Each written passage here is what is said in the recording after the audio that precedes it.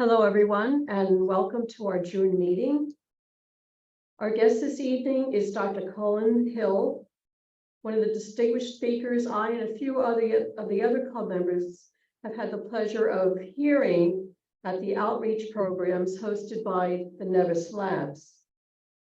Dr. Colin holds a PhD from Princeton, in addition to undergrad and graduate degrees from MIT and Cambridge, respectively.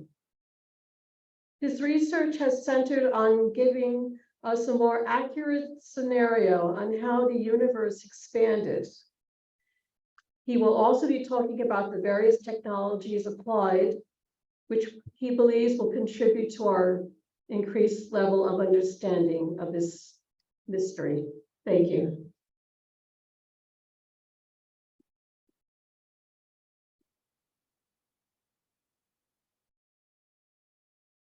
All right, thanks a lot for having me.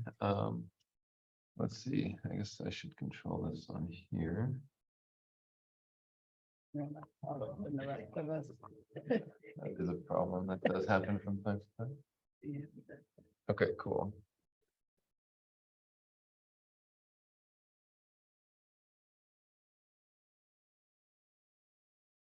Okay, it looks good.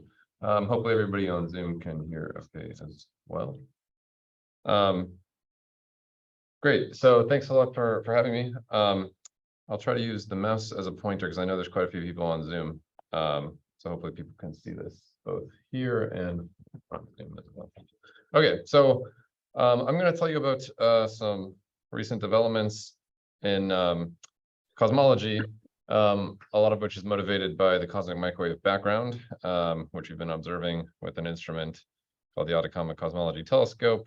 That's located actually inside of this ground screen here in this picture. I'll come to the details of that in a bit. Okay, good. So the title of the talk was Searching for New Physics. And I should first introduce the motivation for why we think there might be some sort of new physics out there for us to uncover. And this is motivated by something called the Hubble tension, the Hubble constant tension, which is related to the relatively old question of how fast the universe is currently expanding. What's the current expansion rate? And this problem has received quite a bit of attention. There have been articles in the New York Times, Quantum Magazine, Discover Magazine, elsewhere.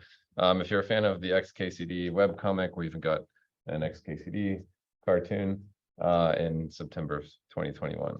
But I'll leave you to read that one after the meeting. Okay, so before we talk about the rate of expansion of the universe, let me introduce some basic principles. So the goal here, so we're going to start from really the absolute basics and then work our way up to an understanding of some of the puzzles and current observations that we think might be a sign of new fundamental physics.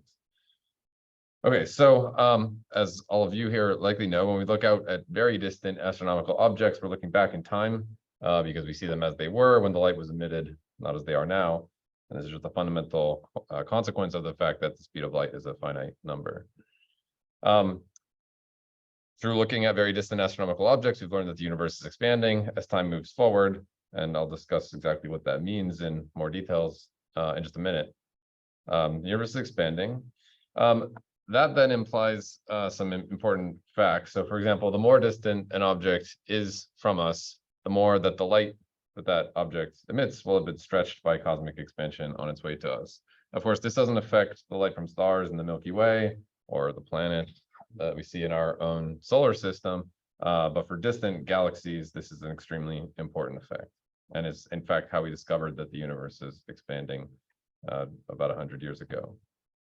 So this is quantified by something called the cosmological redshift, which we represent with this letter Z. So this just means there won't be too many equations, but here's one equation, that the ratio of the observed wavelength of light to the emitted wavelength of light for some very distant galaxy is given by this factor of 1 plus Z. So today is redshift Z equals 0. So in the laboratory, we measure things, atomic transition lines, etc. And this ratio is, exactly whatever it is for that transition. But for some distant galaxy, we'll see that it's been shifted to some longer wavelength because of this stretching. So this looks like a Doppler effect that you might be familiar with when you hear a car speeding by or police siren speeding by, but it's actually not a Doppler effect due to recession velocity. And I'll try to explain this a little bit more on this next slide. Okay, so it can be a little bit of a head scratcher to think about the expanding universe. I think it's useful to make an analogy where we think about living on the surface of a two-dimensional sphere. Let's imagine some balloon. So again, we're living on the surface of this balloon, not on the interior. So it's a two-dimensional world that we live on. It's the surface of the balloon. So the way to think about cosmological expansion is that the balloon gets larger with time. So then the surface area of the balloon gets larger with time. Galaxies, which are represented by these yellow regions on the balloon, they spread apart as the balloon gets larger, but the galaxies themselves are gravitationally bound. You know, the Milky Way itself is not being pulled apart by cosmological expansion.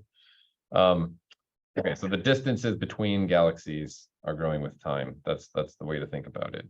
Of course, when we view it in this way, there's some ambient space into which the balloon is growing, but in fact, there is no ambient space in the real cosmological expansion. This picture also nicely shows the fact that the photons, the light that's traveling through the universe, is getting stretched to longer wavelengths as the universe expands. So the color is changing from blue to red.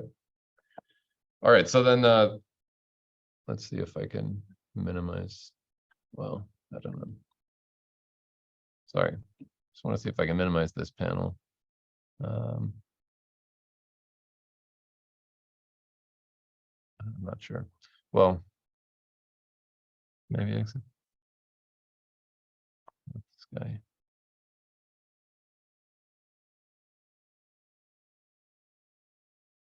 Is that okay? Slide's a little smaller, but now you can see everything on the slide, so I think that's a little better. Okay, there's my mouse. All right, so this then gives me a chance to introduce how we quantify the expansion rate of the universe. So this represented by this symbol H0, so H stands for Hubble, and then the subscript 0 is the fact that it's evaluated today, so the current expansion rate. Importantly, it's not a speed or a velocity, but it's a rate, so it has units of 1/time.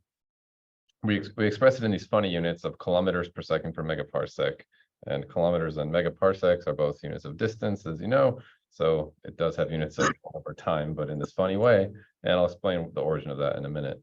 The typical value is, or the value that observations have told us, is that it's around 70 kilometers per second per megaparsec, but we are measuring this now to very, very high precision and trying to look for very small differences between various estimates of this number.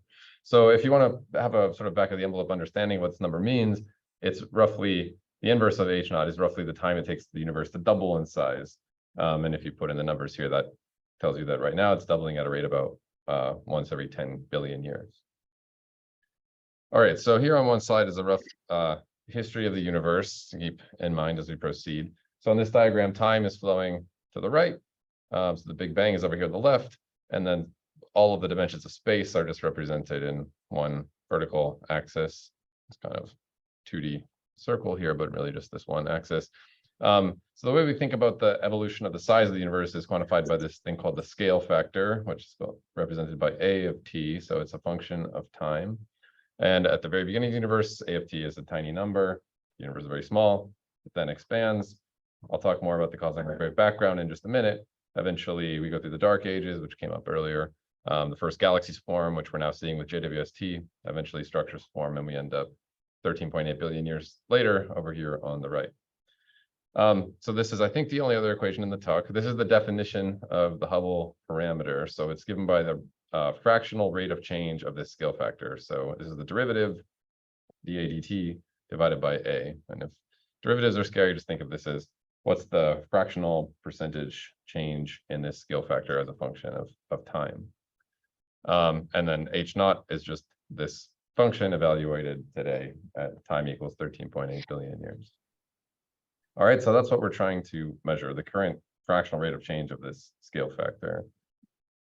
So how do we do it? There's two main methods, and I'm going to go through the physics of these and then talk about what we've learned. The first is to go back to the sort of OG route that Hubble himself was using 100 years ago, and that's to measure the classical distance ladder, so calibrate the distance to nearby objects and slowly build up to cosmological distances.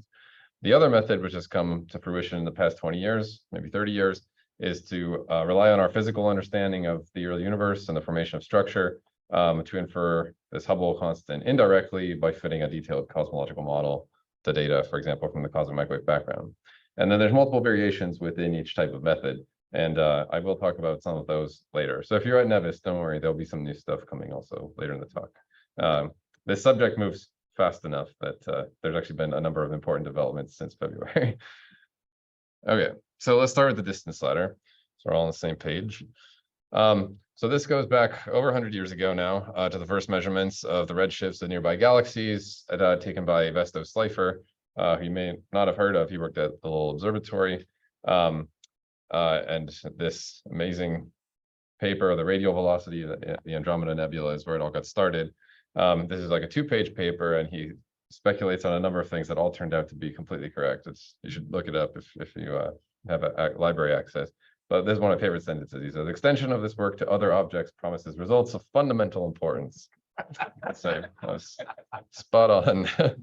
Spot on.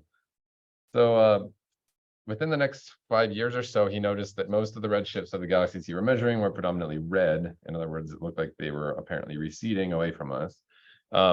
Andromeda, as you might know, is like coming towards us. So that first paper, he was seeing a blue shift. But after that, he cataloged enough galaxies and saw they're mostly all getting redshifted. And we now know that this isn't actually a physical recession velocity.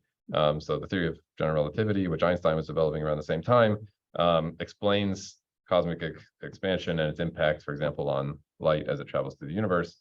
And the way to think about it physically, again, is that the expansion is stretching out the wavelength of the light as it travels for billions of years through the universe. So there's no physical velocity between the galaxies, but the distance between galaxies is getting larger with time, just because the manifold of space-time is growing. All right, so fast forwarding then, about 10 years later, Hubble came along and his assistant Humason, and they actually relied a lot on the data that Slipher had collected, but Hubble kind of got all the glory. They looked at these plots of the so-called recession velocity on the y-axis versus the distance to some objects on the x-axis, and noticed this linear relationship. And the slope of that line gives you the Hubble constant, so the current rate of expansion of the universe. And yeah, I think that this probably should have won the Nobel Prize. Somehow it didn't, but this is the discovery of the expansion of the universe. One funny fact about this is a very famous plot, but you have the wrong units on the y-axis. There are units of kilometers. They should be kilometers per second, of course, but maybe back then it was hard to remake plots. All right, so looking at that plot, though, you might wonder, how did he actually know the distance to any of the galaxies that are plotted here? And that's, of course, one of the biggest challenges in any astronomical measurement. How do you know the distance to anything in the cosmos? Now, there's two main concepts that we rely on to measure distances.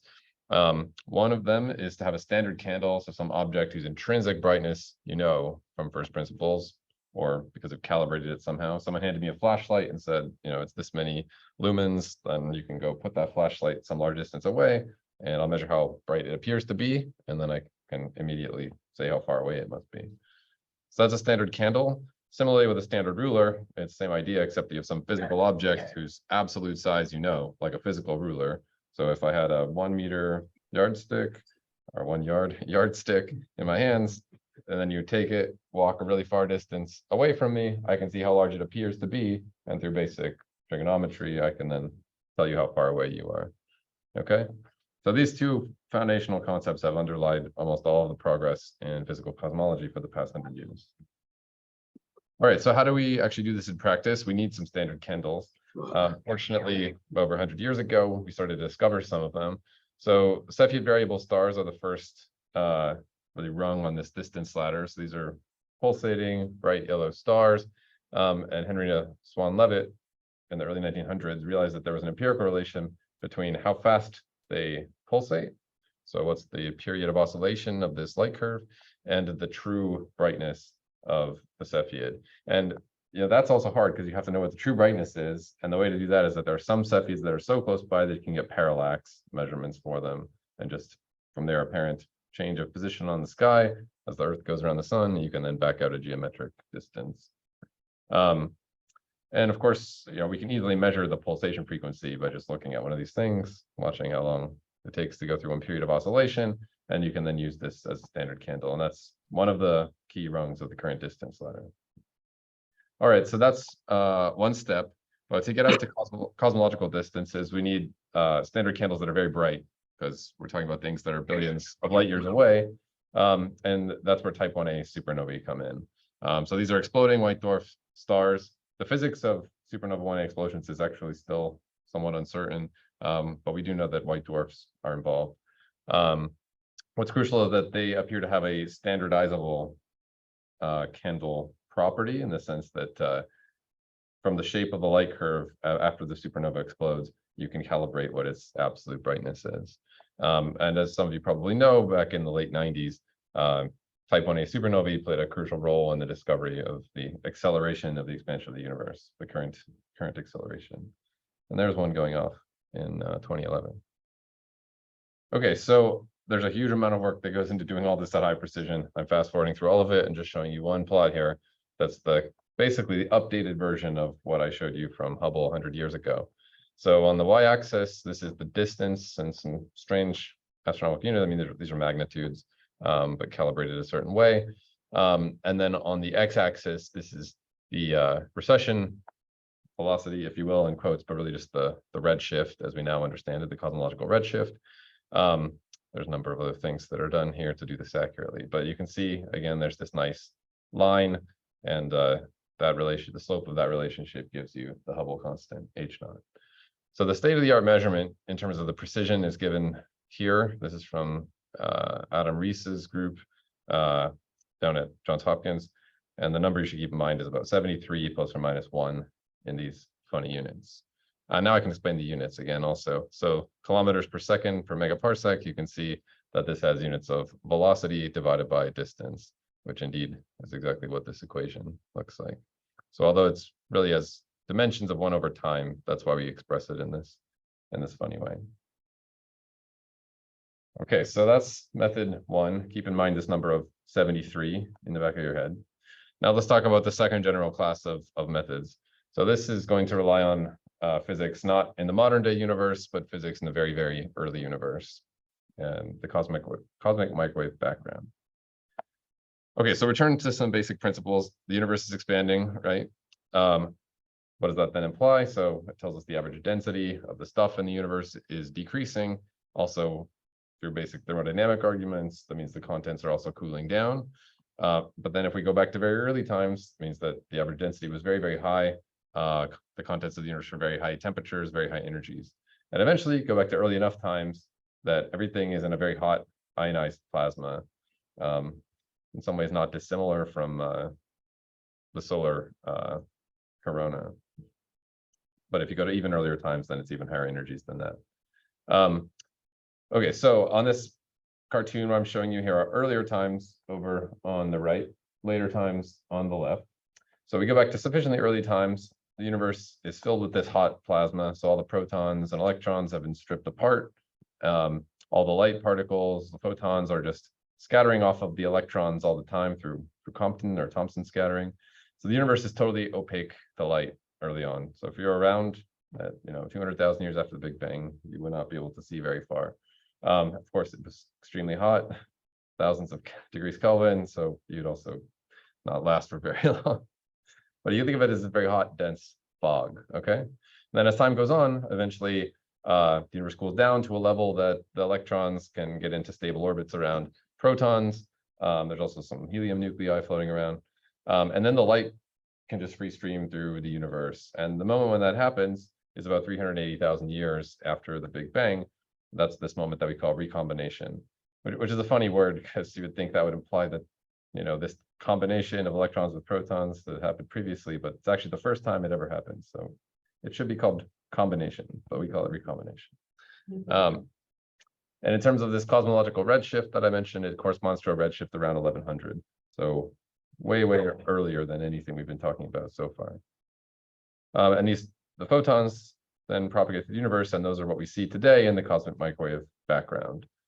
And in particular, if we look at these maps of the cosmic microwave background, so I think of a bigger one on the next slide, what we're actually seeing are very small differences in the density and really the energy density of the constituents of the universe in different places in the sky. So it's actually a very, very cold and homogeneous bath of photons that we live in.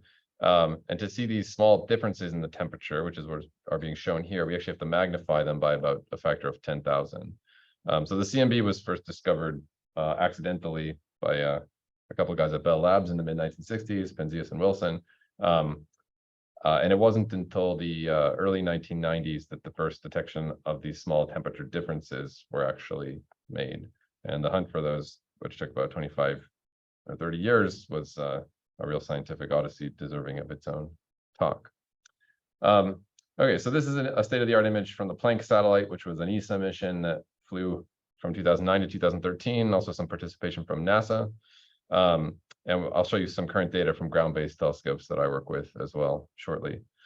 So this really is, an accurate picture of what the universe looked like a few 100,000 years after the Big Bang. It's a very different place. There's no galaxies yet. So this is before the dark ages and before any galaxies have formed. All that was around were clouds of hydrogen and helium, gas, really nuclei, electrons, photons, and then, of course, there's lots of dark matter, and it's the gravitational scaffolding of the dark matter that later sets the stage for the formation of galaxies. And then lastly, as I advertised in the title of the talk, we are talking about the oldest light that we can observe in the universe. So prior to this instance of recombination, the universe was a hot, dense fog. It was totally opaque, and we have no hope of seeing any photons coming from times before that.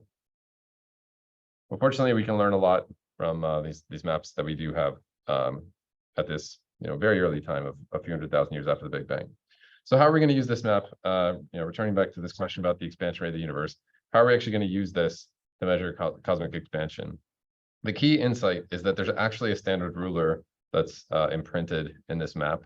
And although this will sound a little complicated, it's actually not too complicated.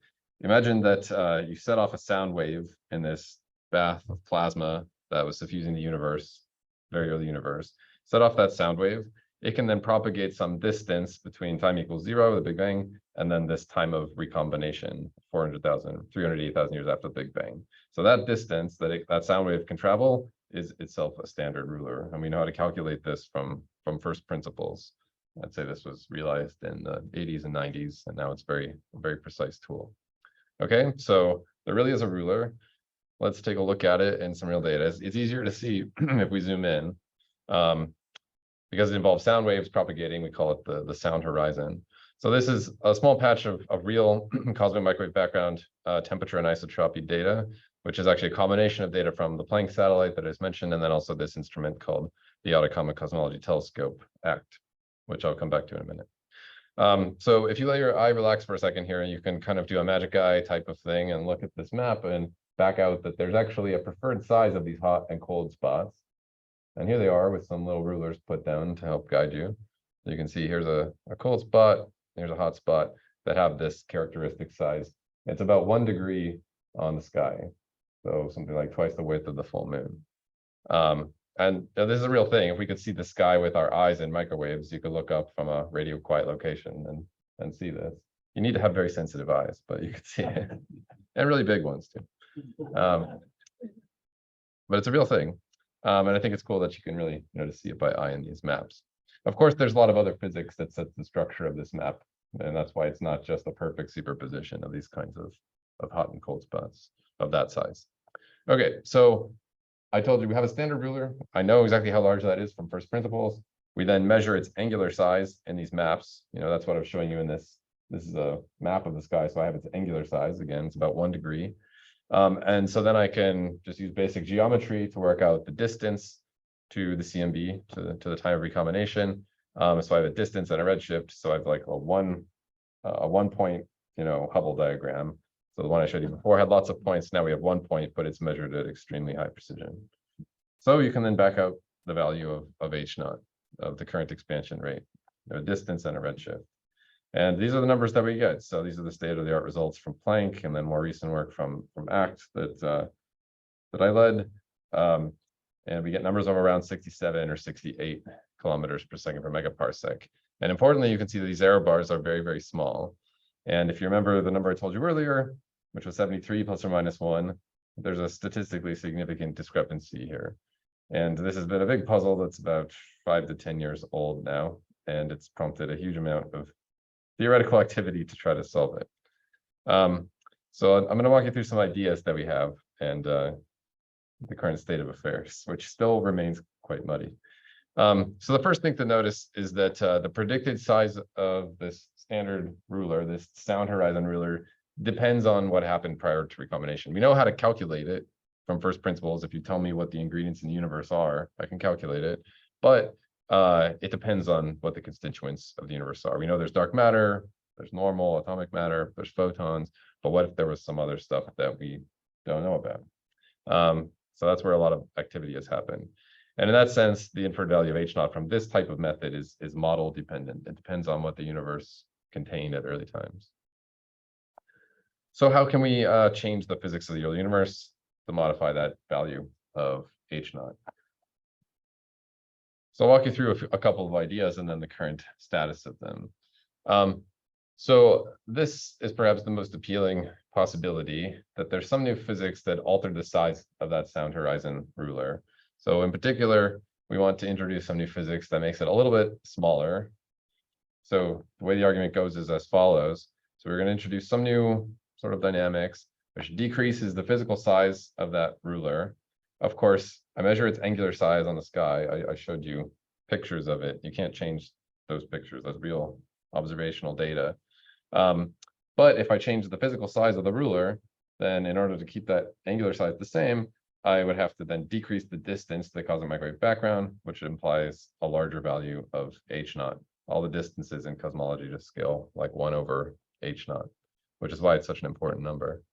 Okay, so this is very appealing. It's a very simple and appealing idea. So some ways that you can actually do this physically are to introduce some new sorts of dark radiation in the early universe, things that kind of look like neutrinos, but are not neutrinos, or some new sort of early dark energy. So we know that there's something called dark energy around today, which is accelerating the expansion of the universe. We don't think that it played any role in the early universe, but in this potential scenario, maybe there was something like that around in the early universe. So that's one option. Another option, which I've spent some time in the last couple of years thinking about and wrote a recent paper on, is to instead alter the dynamics of how recombination happened. So recombination involves the electrons finding some hydrogen nuclei, protons, and then settling into a bound configuration. And we've studied how this process takes place going back to the 1960s. It's very well understood, but you could introduce some kind of new physics that could change that. And in general, for this type of proposal, the way it works is that you want the new physics to accelerate how fast recombination happens, such that it happens a little bit earlier, i.e. at higher redshift, something like redshift of 1150 instead of 1100. It's a little harder to do this. One appealing possibility is that there were large primordial magnetic fields that were sourced in the early universe. These can actually make recombination happen faster. Another proposal, which people really have taken seriously, though it's very extreme, is to allow the values of some of the fundamental constants of nature to vary such that in the early universe, they're different than they are today. And here I mean things like how strong is the electromagnetic interaction, or what is the mass of the electron? Those are some of the ones that you could vary. Okay, so we've looked for hints of these types of new physics scenarios, and I'll walk you through a couple of the results and then some more recent updates to this H0 story. So the instrument that we've used to do a lot of this work is shown here. This is an NSF-funded telescope down in the Atacama Desert in Chile called ACT, the Atacama Cosmology Telescope. So it actually sits inside of that ground screen, which I think, here's an image of the actual telescope. So it's a 6-meter primary dish. We're observing at, as you imagine, microwave wavelengths, say around a millimeter or so. Yeah, roughly 150 to, well, 90 to 150 to 200 gigahertz in that range. As you can see down in Chile, it's a great place to measure the CMB. we've covered about half of the sky with this instrument over the past 15 years. And in fact, we've just recently reached the end of the lifespan of ACT, and we've dismantled the telescope. So if I showed you pictures now, it would be a lot more depressing, but that's because we're building something much better. And I'll show you pictures of that at the end of the talk. Here's our collaboration. It's not that big of a group. It's about 100 people. This is us meeting in person in Princeton last year for the first time since the pandemic happened. Here's some of, well, let me now give you a flavor of some of the data and why it's so cool. So these are maps from our last big cosmological data release, which was in 2020. Right now, I'm showing you data from the Planck satellite. So we've zoomed into a little patch of sky that's about 600 square degrees. This is at 2 millimeters, 150 gigahertz. This is what the sky looks like as seen by Planck, this is already a beautiful map. I mean, it's incredible. Now let's combine this with ACT data. If I flip back and forth between these, you get a sense of just how the crispness of the image really sharpens up once you fold in the ACT data. So in addition to resolving these hot and cold spots in the CMB really, really nicely, you can also see other cool things pop up. These positive red dots are radio and infrared point sources. So one of the main things we see are actually active galactic nuclei, supermassive black holes that are accreting lots of gas, spewing out radiation. And then there's also some point-like cold spots. Let's see, there's one in here. There we go, right there. Those are actually clusters of galaxies casting shadows against the CMB through something called the Sunyaev-Zeldovich effect. And I've spent lots of my career working on that, but I'm not going to tell you more about it today. But it's very cool. Literally, the gas in these clusters of galaxies is casting a shadow against the CMB, and we can actually see it by eye in these maps. Okay, so we've looked for hints of these types of new physics that I mentioned in our latest data, and we're doing this now at actually higher sensitivity with our current data. So I'll just walk you through 4 possible categories and where the current status is. So the first one I'd mentioned was introducing some kind of new dark radiation, sort of like neutrinos, but with properties that are a bit different. They don't interact. This dark radiation would have to not interact at all with the standard model particles. This scenario we don't see evidence of in the data. I talked about using primordial magnetic fields to accelerate the process of recombination. We also don't see evidence of that in the current data, although I do like the idea. This early dark energy scenario, where you have some new field that we introduce that sort of accelerates the expansion of the universe just a little bit around the time of recombination. We do see a mild hint of that. This isn't at the 5 sigma discovery threshold, but we do see a hint of that in the data. And then there's another type of approach to this H0 problem, which is a little bit more subtle to explain, but involves introducing new interactions between the neutrinos of the standard model. And as you imagine, laboratory measurements and other things constrain that a lot as well. But it's an interesting idea, and we do see a mild hint of this in the data as well, but not reaching the 5 sigma discovery threshold. But definitely tantalizing. So I worked a lot on this early dark energy study in particular, and Nature and some other outlets took interest in our results, although the jury definitely is still out on what the conclusion will be. Let's see. Yeah, so although we did see a hint of this in our data, we wanted to be a little cautious. So for example, although we saw a hint of this in the ACT data, the Planck data really don't prefer the existence of any of these extensions that I just told you about, which really makes solving this H0 problem very hard. So Planck prefers, for example, basically no early dark energy, but the uncertainties are large enough that you can find some wiggle room. But this makes us worry that there could be some subtle systematic effect in the ACT data that we haven't fully controlled. For example, you might have seen the mountains in the pictures I showed you. Those enter the far side lobes of the beams of our telescope and contribute some emission. We have to do various processing of the data to remove that emission. We think we do it very well, but a tiny bit of that leaking in could lead to some problems, for example. And then lastly, it's been very hard to build a well-motivated theory that actually achieves these this type of phenomenology. And this is something I've worked quite a bit on, but I don't think I'll say too much more about that today. Okay, so now I want to provide a couple of updates on stuff that's happened very, very recently. So within the past 1 month, basically, everything I'm going to tell you here happened in the past 4 to 6 weeks. this is something that I was pretty heavily involved in. So we can also use measurements of the cosmic microwave background in a different way to get access to a different standard ruler than the sound horizon one that I told you about a minute ago. And this is based on making measurements of the gravitational lensing of the CMB. So I'll quickly walk you through the idea. So when we look out at distant sources, as you know, the path that the light travels can be bent by the gravity of all these structures between us and the source. So in this cartoon, we're looking back through the whole universe to the cosmic microwave background. As those photons travel through the universe, their paths get deflected by the gravity of all these structures that live in the universe. So time is flowing, along the z direction here from early times to late times. So for example, clusters of galaxies, like the ones that cast these shadows in the CMB, they also gravitationally distort the path of the photons. And through various techniques, we can actually use the statistical signature of this lensing effect in the CMB maps to make maps of all the matter in the universe back to the time of recombination, because the photons from the CMB are traveling through the whole universe. So this is a state-of-the-art map that we made with the very latest data from ACT. It covers about 30% of the sky, shown in this orthographic projection. And what you're seeing here really is maps of all the matter in the universe back to the time of recombination. So where you see these white spots, that's where there's more matter. Where you see the dark spots, that's where there's less matter. And this is almost all dark matter. So we're really seeing maps here of the projected dark matter distribution on the sky, which I think is, just incredibly cool. And this work came out in April and has received quite a bit of attention in the media. So there's a lot of cool things you can learn from a map like this, as you could probably imagine.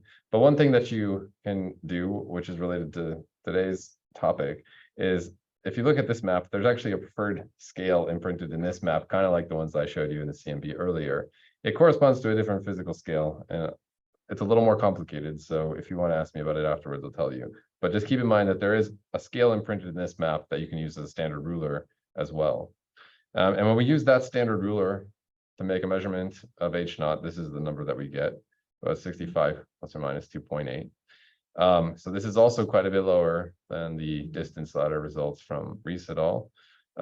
Formally, it's about 3 sigma discrepancy. But what's crucial about it is that this number isn't related at all to the sound horizon standard ruler. And almost all of the work to solve this Hubble problem has been trying to modify that sound horizon standard ruler. And this says, well, that's not going to suffice anymore. You actually have to mess with this ruler as well. So yeah, it's very baffling. Things are getting complicated. So that's the first new result that this came out in April. And then I want to talk briefly about a second type of new result, which also relies on gravitational lensing. So this was in the news just a few weeks ago, maybe 2 or 3 weeks ago. This is based on an idea that goes back to the 1960s. Originally, a Norwegian astronomer, Refsdal, proposed the idea in 1964, which is that if you have a strongly lensed supernova, you can measure the time delays between different images of that supernova that you see, and use those time delays to make a measurement of H0. So let's look at some pictures. I think that this whole story is super cool. So with the Hubble Space Telescope in 2014, there was a serendipitous observation of a strongly lensed supernova. This is the first strongly lensed supernova that was ever detected. And you can see it in this image here. It's these 4 bright spots around this elliptical galaxy. This is an elliptical galaxy that's located in a massive galaxy cluster. So there's a whole bunch of galaxies around. And that provides a huge gravitational lensing amplification. And this source indeed is strongly lensed, such that the photons are taking multiple different paths to get to our telescopes. That leads to the formation of these multiple images. So these 4 images were observed almost simultaneously. People immediately went out and used models of the mass distribution of this galaxy cluster to predict if there should have been other images of this supernova seen at different times. So the first prediction was that there should have been an image that was seen 40 or 50 years ago. We obviously weren't observing at, back then, unfortunately. But crucially, there was also a prediction that we should see it again about 1 year later in 2015. I just think this is so cool. So this is the predicted location of where that image should appear about 1 year later. This is like real-time astronomical predictions and observations. And then sure enough, a year later, one looks. So here's a pre-appearance image of that spot with Hubble in October 2015. And then here's the appearance of the supernova on December 11th, 2015. I feel like, if I had done this prediction, I would have been like just out of my mind about how cool it was. But yeah, so this is real data. And so one can then use the time delay between the appearance of these different images of the supernova to actually directly probe the space-time geometry, really measure the distances to both the source and the lens galaxy, really the lens cluster of galaxies. And if one then does a lot of detailed work modeling the mass distribution, this is what you get. So the team that did this was led by Pat Kelly at the University of Minnesota. They considered several different models of the mass distribution of the cluster, and this is their final best estimate. So they get H0 equals 66.6 plus or minus 3 or 4. And although the error bars here are a little bit larger, this is also 2 sigma-ish lower than the distance ladder results from Refsdal. And I think this is a very interesting result because this is a low redshift, modern day universe measurement that comes in on the low side. So, this all happened in the past few weeks, and it's like, I don't know what's going on. The error bars on these things are large enough that's like, well, maybe you can still wiggle something through, but I'd say that the situation is about as muddy as it could be. All right, so that's the update, and then I'll just give you a quick preview of what's coming up on the data analysis side of things. So while it is true that the measurements of H0, I think, definitely are puzzling, all these different scenarios of new physics that I mentioned with things like dark radiation or early dark energy, what's great about those is that we can test them with cosmic microwave background data just on its own without worrying about these other things. So if one of these scenarios actually exists in nature, I think we should see it in the next couple of years. So we're engaged right now in analysis of the final data set from ACT. This is called Data Release 6. And then we're also building a larger project at the same site called the Simons Observatory. Okay, so just a quick preview of where things are at. So we're working on this Data Release 6 analysis right now. We're hoping to get it out by the end of the year. If we discover something at 5 sigma, you'll probably see it on the front page of the New York Times, or, well, maybe not the front page, but I hope it's on the front page. So we're working hard on the analysis at Columbia, Cardiff, and then with our colleagues at many other institutions. ACT finished observing in August of last year. We then have been deconstructing the telescope. And now we're building something bigger called the Simons Observatory. So this is one of the telescopes that comprises SO. This is our large aperture telescope. I'll show you some real pictures of it in just a minute. We're going to start taking science data next year. It's much more sensitive than ACT. We'll cover about half the sky, basically what you can see from northern Chile. And then there's an even bigger future project called CMBS4 that would happen later. So here's the team, Simons Observatory team, predominantly funded by the Simons Foundation. There's Jim Simons himself. And we've got about $100 million or so committed. We're building it at the same site as ACT. This is a rendering, but this is where it's being built. So we've deconstructed ACT recently. There's a couple of other experiments at the same site. It's at about an altitude of 5,200 meters. This is great because it's very high and dry. Water vapor is the main thing that we have to try to fight against to observe at these frequencies. And this is one of the best sites in the world to avoid that. So this is really happening. These are the other telescopes, the so-called small aperture telescopes that are part of the Simons Observatory, which are already down at the site. This was almost a year ago, so you can imagine these things are pretty much operational now. And this will be the most sensitive CMB experiment of this decade. We don't have any big satellite experiments coming up in the CMB field, so the ground is really where it's at for the time being, but we think we're going to be able to really make a lot of progress with these types of measurements. And then a final update. This is something that's also happened since February. We had a big proposal into the National Science Foundation for the Advanced Simons Observatory, and it was just funded a few weeks ago. I'm the co-project scientist on this proposal, so was really excited when this came in. We're going to double the number of detectors in the instruments and make it twice as sensitive. We're going to run it for factor 2 longer, so it's going to be a 10-year observation period instead of 5 years.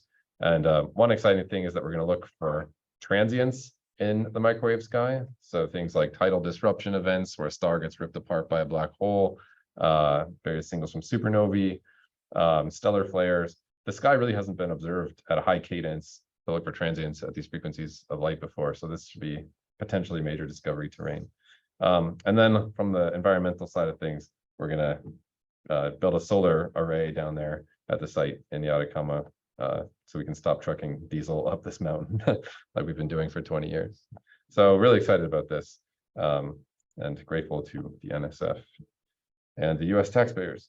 So the take-home message, I think this Hubble tension situation remains very interesting. It's gotten a little muddy in the past few weeks. But what's exciting is that I think any plausible resolution of this problem does generically predict that we should see some kind of new signal in the cosmic microwave background with the data that we have now or in the very near future.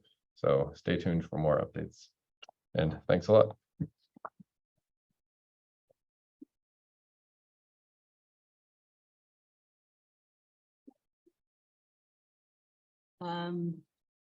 So we can take questions from the room, and if we have, yeah.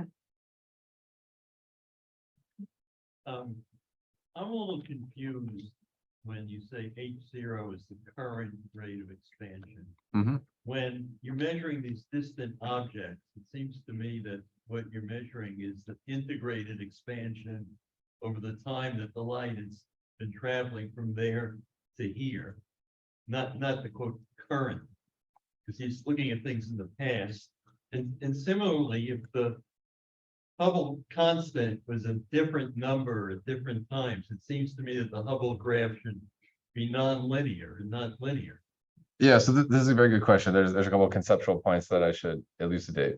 So the first one is that it is true that we can't measure it exactly today, like literally exactly today.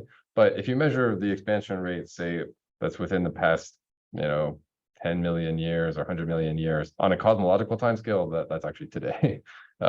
So in that sense, this classical distance ladder approach that Hubble used and which Reese and others are using with supernovae and so on, that really does measure the expansion rate basically today on from a cosmological perspective.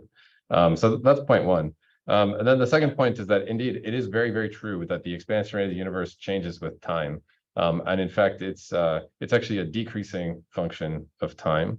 So what I'm always showing you here is the result of any data analysis for what the fit to that data gives for the expansion rate today. But of course, we actually fit the whole evolution of the universe over the relevant range of time that's considered when we do the data analysis. So for example, when we fit the cosmic microwave background data, we have to model the evolution of the universe all the way from roughly 1 second after the Big Bang until today with a single physical model.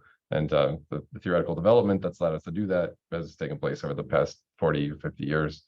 Jim Peebles, who kind of started this all off in Princeton in the 1960s, he won the Nobel Prize for that in 2019. And it's reached a level of precision now where we can compute all this in order 1 second on a computer. You can compute the whole evolution of the universe, and then compare it to the data. Of course, we can't compute the evolution on the scales of human beings. I can't predict like what is going to happen tomorrow, but we can predict things on the scales of tens of millions of light years to hundreds of millions of light years, very, very fast and very, very accurately. But it's a very good point. Everything is evolving as a function of time. And what I'm talking about here is what the fit to the model gives for the expansion rate today at redshift 0. We have a question on the Zoom. Can you see? Yeah. Okay. So the first one is the sound wave length scale, the Jeans wavelength. It's not exactly the Jeans wavelength, but it is closely related to that. So the Jeans wavelength, for those who don't know, is basically the scale upon which gravitational instability happens. So in the early universe, there's a balance between the pressure support that's provided by the radiation and then the gravity, which is predominantly coming from the dark matter, just trying to make things collapse. And the Jeans wavelength gives the size of regions that are unstable to gravitational collapse. And then secondly, are the shadows related to inverse Cherenkov scattering? So no, actually the shadows are caused by just normal Compton scattering, or in fact, in this case, it's called inverse Compton scattering. So all that's happening is that the CMB photons are coming in, and then they encounter a cloud of free electrons. So there's all this hot ionized gas that lives, for example, in the potential wells of massive galaxy clusters. And as the CMB photon comes through that region, it has some chance of Compton scattering off of one of these electrons. And then that leads to effectively a shadow in the CMB, as far as we can see. Yeah, thanks for the great questions. Yeah, question of Mike. Are there any more predicted images of that lens supernova expected to come beyond 2015 that has already appeared? So, to my knowledge, no, but that would be really great if there were. Yeah, I was recently reading through some of the literature after this recent update came out, and it seems like the answer is unfortunately no. Hopefully we'll see another one of these lensed supernovae at some point. You have to be kind of lucky. It was a serendipitous discovery in 2014. There are certain fields that the Hubble Space Telescope has observed called the frontier fields, which are chosen because they contain massive galaxy clusters in that region. And the hope is to use these massive galaxy clusters as gravitational lenses to magnify the universe behind them. In fact, I think the early JWST observations were maybe of one of those clusters, but definitely of one of the well-known massive galaxy clusters. Biden showed this image of one of the max galaxy clusters. That was the first JWST image released to the public. It was just serendipitous that they were observing this region with Hubble to study this, make maps of this galaxy cluster to try to back out its mass distribution, and this supernova went off. Let's hope there's another one. We also do these kind of things with quasars. So people use strongly lensed quasars, measure time delays in a similar fashion to try to get H0, but it's a harder business, both because in that case, almost all the lenses are just isolated individual galaxies rather than galaxy clusters, and individual galaxies are somewhat harder to model. We don't understand them quite as well. And then also measuring the time delays for the quasars is harder because you have to observe them for years. Whereas with the supernova, it was on the time scale originally of just a few weeks. And then there was this predicted other image that was a year later, but you only had to observe for just like a week around the peak, in 2015 to see it. So in that sense, supernovae have a lot of advantages. I hope there's another one. I guess we have a question from Lydia. Do you want to unmute and ask your question? Sure. Thanks so much, Karen. Thank you, Doctor. I was just curious, based on what you're saying then, so the most recent discovery of the supernova in the Pinwheel galaxy wouldn't have done you any good in terms of the type of research you're doing right now, correct? Yeah, specifically for this this method that involves the strong lensing of supernovae, you really need one to go off in a very special location. Specialized way. So that I you have see one multiple more images. I have one more question. When you say the universe is expanding, just so I understand this, is it expanding at the same rate in every single direction, just like that balloon, like all going at the same pace and in the same direction, all at the same time? Yeah, that's a great question. We have tested this assumption with data to the level that we can, and it's consistent with being spatially homogeneous. So on large scales where cosmic expansion can be observed, distances that are of order tens of millions of light years or larger, it does appear that it is isotropic and homogeneous. Yeah. Thank you so much, and congratulations on your grant. Oh, thank you. Yeah, I appreciate And it. then we have a question from Eli. I know the Andromeda galaxy is getting closer to our galaxy, but if the universe is expanding and everything is getting colder and further apart, and that's eventually going to maybe result in a big freeze, how is Andromeda getting closer? Yeah, this is a very good question. So there's a constant battle between the gravity of collapsed structures that are pulling each other together, and then cosmic expansion, which is trying to make things become further apart. In the case of the Andromeda galaxy and the Milky Way, they actually are close enough together, and they're so strongly gravitationally attracted to each other that they are going to merge together in a relatively short amount of time, something like 5 to 10 billion years.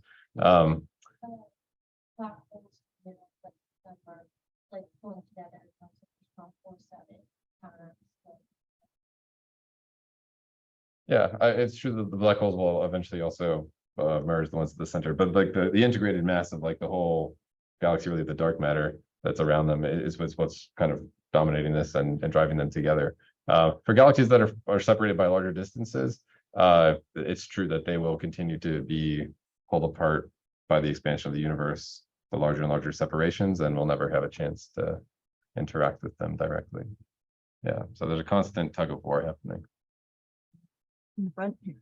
So Yeah. on a previous slide, you said that they were assuming, like past models were assuming that neutrinos would have like strong interactions. Would that mean they have color charge, or would we be assuming that they would have like strong like electric interaction? Good question.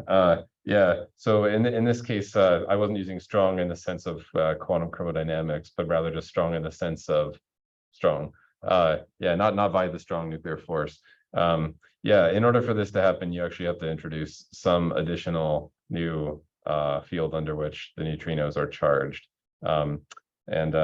If you actually go through the battery of laboratory constraints and constraints from solar neutrino observations and so on, my recollection is that the only one of the standard model neutrinos that can carry this charge is the tau neutrino, which is somewhat less well probed than the electron or the muon. So yeah, the electron neutrino or the muon neutrino. And there's still a variety of proposals that one can write down. But by strong, you know, I mean that the interaction is something like, I don't know, 7 or 8 orders of magnitude stronger than the weak interaction in the standard model. Yeah, it would be radical if this was true, but it's, yeah, important if true. Just stay tuned. For now, you know, it's just a hint. Yeah. I think there's one more question on Beetlejuice going super. We get that question every month. We get this question. That's like the favorite question. I hope it does, but I don't think that it is. I think there's a Twitter account that you can check, which tells you if it's going supernova. One more. Okay, one more. Yeah. Would these like models be used if we went like back to the epochs that we had, like the electric epoch, like would, you know, trying to, because I know it's very hard to get before the recombination, but would going back to the election epoch and even, you know, stuff in between, would that improve them? Yeah, definitely. So although it is true that the oldest light we can directly observe is the photons in the cosmic microwave background, we do have other ways of accessing earlier times. So for example, you might have heard about Big Bang nucleosynthesis. So in the first couple minutes after the Big Bang, there was large amounts of helium that was fused and also some deuterium and some lithium. And with precision measurements of the abundances of those species in distant stars, for example, or galaxies, you can then constrain what was happening in the first 2 or 3 minutes after the Big Bang. So that's obviously a much earlier time. Other ways of getting to earlier times, there's a similar to the cosmic microwave background, there's also a cosmic neutrino background, which if we ever are able to detect it, which we haven't yet, would tell us about the conditions 1 second after the Big Bang. So the moment of last scattering for neutrinos is about 1 second after the Big Bang. You know, for photons, it was 380,000 years after the Big Bang. So that would be cool. And then the other probe that we do hope to eventually use to get back to extremely early times is gravitational waves. So gravitational waves are nice because they travel unimpeded through the universe. There are some signatures of gravitational waves that are actually imprinted in the polarization of the cosmic microwave background that we have been on the hunt for 10 or 20 years. We still haven't seen those. There was some ruckus about that in 2014, but that turned out not to be a real detection. And in principle, if you build a gravitational wave interferometer like LIGO, which is much bigger, you would hope to make a direct detection of gravitational waves that could have been produced, for example, in the electric weak phase transition.